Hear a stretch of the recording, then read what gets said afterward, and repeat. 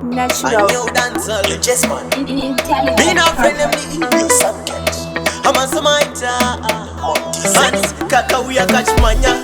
Sepa ne emergency. Kati ndozora triple 1 year elegance. Baba bati nishike pa natural intelligence. Ready when you ready. Hans kaka uya kachitizira. Abandi sina chimu. Kuya kwacho kwa itenge kwechi film. Akoma nine ndo mchengetane. Akagara pano inini ndozo itase kachitizira.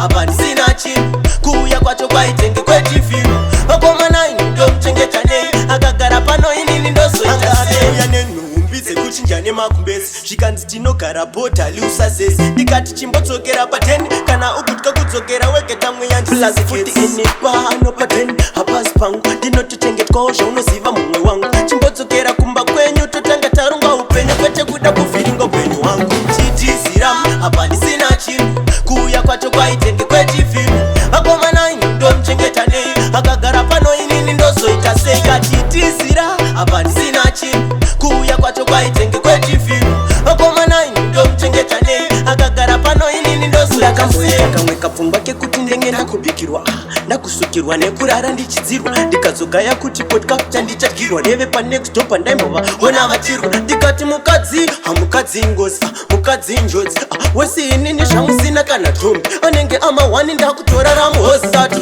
kakauya kachitizira apa ndisina chinhu kuuya kwacho kwaitenge kwetifilmu akomana ini ndomchengetanei akagara pano inini ndozoita sei kachitizira apa ndisina chinhu kuuya kwacho kwaitenge kwetifilmu akomana ini ndomchengetanei akagara pano inini ndozoita sei kuchinja nemakumbezi zvikanzi tinogara bota liusazezi ndikati chimbodzokera pa10 kana ukutka kudzokera wege tamwe yandifuti ine pano pa10 hapazi pangu ndinotochengetwawo zvaunoziva mumwe wangu chimbodzokera kumba kwenyu totanga tarunga upenyu kwete kuda kuvhiringa upenyu wangu chitiziram apa ndisina chinhu kuuya kwacho kwaitenge kwetifilmu akomana ini ndomchengetanei akagara pano inini ndozoita sei kachitizira apa ndisina chinhu kuuya kwacho kwaitenge kwetifilmu akomana ini ndomchengetanei akagara pano inini ndozoita sei